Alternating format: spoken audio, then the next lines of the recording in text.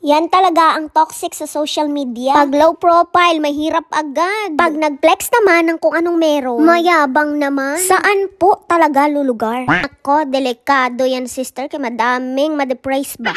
Huwag na lang manood no, para hindi ma-stration at ma-depression. Yo, what's up coconut pong ng mga kasister at nagbabalik na naman ang inyong kasister Jean. Abaw, ang baba sis, walay preno. Huwag ka na dyan mangialam ha, mag-voice over ka na lang.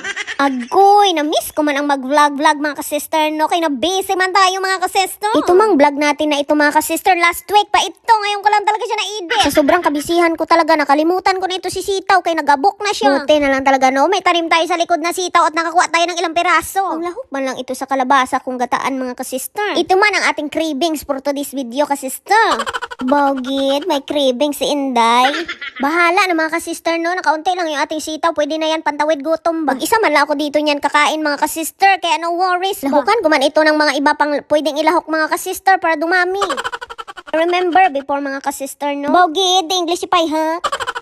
Huwag ka nang kumontra dyan ha, nagmo-moment ako dito. Hanggang ngayon fresh pa rin talaga sa utak ko mga sister no. Yung mga panahon bang hikahos din tayo sa buhay ba? Ako talaga na naghikahos kami noon no, kasi yung tagdos na kape hindi pa kami maka-afford ba? Naman mga kasister no, I think God talaga na makakain na tayo yan ng kalabasa, praise the Lord. Iginto man ang kalabasa dito mga kasister. Naka-afford na tayo ng $7 na kalabasa ba? Medyo pricey siya para sa akin mga kasister, pero you know, worth it ito kay masarap na klaseng kalabasa ba? Ligat man siya sister, kay masarap man ang maligat na kalabasa. Siyempre ihugasan natin yung mga kasister no, kay baka mamaya dibakin na naman tayo ni auntie no, na hindi tayo naguhugas ng mga ginaluto natin. Kaya shout out dun kay ka-sister kanina no, naging flex ko gid yung kanyang comments sis. Tinuod man ang kanyang sinabi sis. Sa mundo talaga ng social media, kahit anong gawin mo dyan, kahit anong ipakita mo dyan, kabutihan o kasamaan or kasiyahan, ang mga tao talaga na iba. May masasabi at masasabi yan sis, kaya do whatever what makes you happy, ano daw. Naunsa man ang English mo, sister. Mabash ka dyan mamaya. Ayusin mo yan. Huwag kang pabungog-bungog dyan. Kay maraming manood dyan ng mga judgmental. Marami kang perfect na mga viewers dyan. At bakit nagaluto ka dyan ka, sister? Bawal yan. Kay sabihin ng mga tao kay gigalila ka. Ako, delikado ka ngayon. Dagsa na naman ang basher mo dyan sa baba. Bihin naman nila yan sa'yo, no? Nag-asawa ka pa ng foreigner. Kung mahirap lang din naman, wag na. Yan man ang madalas sasabihin nila sa mga Pinay, no? Na nakapag-asawa ng foreigner. Malaki man ang galit nila sa mga Pinay na may asawa ng apam, kaya hindi sila pinalad ba?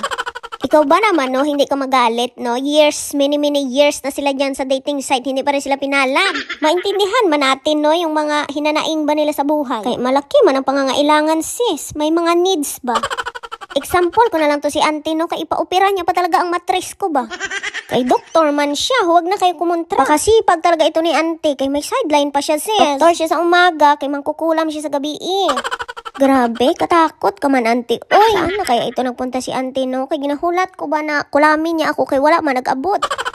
Auntie, kay magluto na lang ba ako dito ng kalabasa? Kay kutoy na ang tinait Kay wala man si Buse ngayon, no? Kaya makaluto tayo ng mga gusto natin talaga. 1 week na pang konsumo ko na naman ito mga ka-sister. Kaya ako man lang ang magkaon yan, sister. Kay kadami man na naluto ko. Para pag nagkutoy ang tiyan ko ba, may makuha tayo. Initon lang ba? Tambok ng shrimp talaga, sister. Kaya ilahok natin yan dito para lami siya. Sarap din yan ilahok ang dilis ba? Kasi wala tayong dilis, kay shrimp lang. Walang nagtatanong, no? Gusto ko lang sabihin sa inyo na nabili ko yan sa empty market kasi fresh man doon ang mga shrimp. Fresh man doon ang mga gulay nila ka-sister. Tapos mura pa talaga ang mga isda nila doon, tsaka yung mga shrimp, mga seafoods ba. Pag pinag-compare mo ba yung price nila dito sa American store tapos doon sa Asian store, mas mahal talaga sa American store ba. Minsan naman mga ka-sister, no, pag si David ay nagmotor doon malapit, ay napapadaan talaga ako. Kasi bihira lang talaga ako dalhin doon ni David. Minsan nakisabay na lang ako sa mga friendship natin dito ba. Busy man ang akong bana, sister, every weekday. Uwi na lang yan dito sa bahay mga ka-sister, magkaon, magpahinga, tapos magising naman sa umaga, magkape, maligo, magpasok ulit. Kaya ang trabaho natin dito sa bahay, kailangan matapos siya ng Monday to Friday. Kasi sa weekends, mga ka-sister, no, kay puro ganap lang ni David. Isa man kasi yan, mga ka-sister, ang pantanggal niya sa stress sa work ba, ang magmotor-motor. Very stressful man ang work ng asawa ko, mga ka-sister. Kaya pag uwi yan dito sa bahay, mga ka-sister, halos hindi yan ako usapin, kinaubos na daw ang kanyang mga words. Kumbaga, exhausted daw siya all day. Kaya malaking tulong din talaga itong pagbablog-vlog ko, no, kay kinakausap ko ang sarili ko, chart.